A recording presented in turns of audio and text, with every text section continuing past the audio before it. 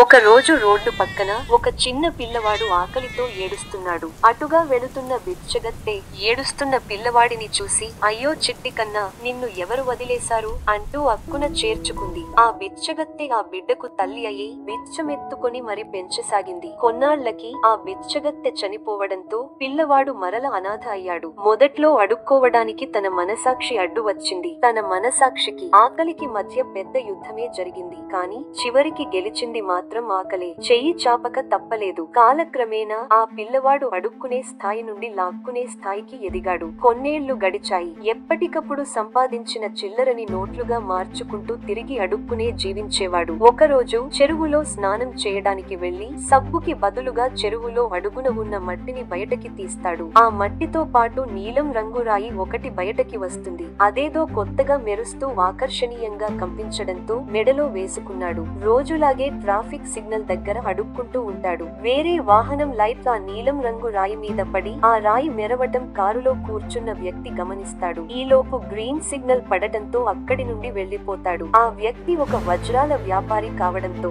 నిదురలో కూడా ఆ రాయి వెలుగుని మర్చిపోలేక అది ఖచ్చితంగా ఒక వజ్రమయ్యి ఉండొచ్చని అనుకుంటాడు. ఎలాగైనా ఆ బిచ్చగాడిని వెతికి పట్టుకోవాలని నిర్ణయించుకుంటాడు. మరుసటి రోజు ఆ వ్యాపారి బిచ్చగాడిని వెతికి పట్టుకుని తన కూడా వస్తే ఆ నీలం రంగు రాయికి ఎంతో కొంత డబ్బులు ఇస్తానని తీసుకువెళ్తాడు. ఆ రాయిని పరీక్షించగా అది అరుదైన వజ్రమని తెలిసి తన వ్యాపార భాగస్వామితో ఇది అరుదైన వజ్రమని కొన్ని కోట్ల విలువ చేస్తుందని చెప్తాడు. ఆ బిచ్చగాడికి 1,00,000 రూపాయలు ఇచ్చి వజ్రాన్ని వీళ్ల సొంతం చేసుకుంటారు. అనుకోకుండా 1,00,000 రూపాయలు చేతికి రావడంతో బిచ్చగాడు విలాసవంతమైన జీవితాన్ని అనుభవించడం మొదలు పెడతాడు. బిచ్చడిగా ఉన్నప్పుడు హోటల్ దరిదాపుల్లోకి కూడా రానివ్వని సెక్యూరిటీ ఖరీదైన దుస్తులతో అక్కడికి వచ్చిన బిచ్చగాడిని గౌరవంగా లోపలికి ఆహ్వానించడంతో డబ్బుంటే ఇచ్చే విలువేంటో అతనికి అర్థమైంది. రోజులాగానే తినడానికి ఖరీదైన హోటలికి వెళ్లి భోజనం చేస్తాడు. బిల్లు 2,000 అవ్వడంతో బ్యాగ్ తెరిచి చూడగా దానిలో 200 రూపాయలు కనిపిస్తాయి. అప్పుడు తన దగ్గర ఉన్న డబ్బులు అయిపోయాయని అర్థం అవుతుంది. ఇంకేమైనా డబ్బులు ఉన్నాయేమో అని జేబులు వెతుకోగా నలిగిన నోట్లు కనిపిస్తాయి.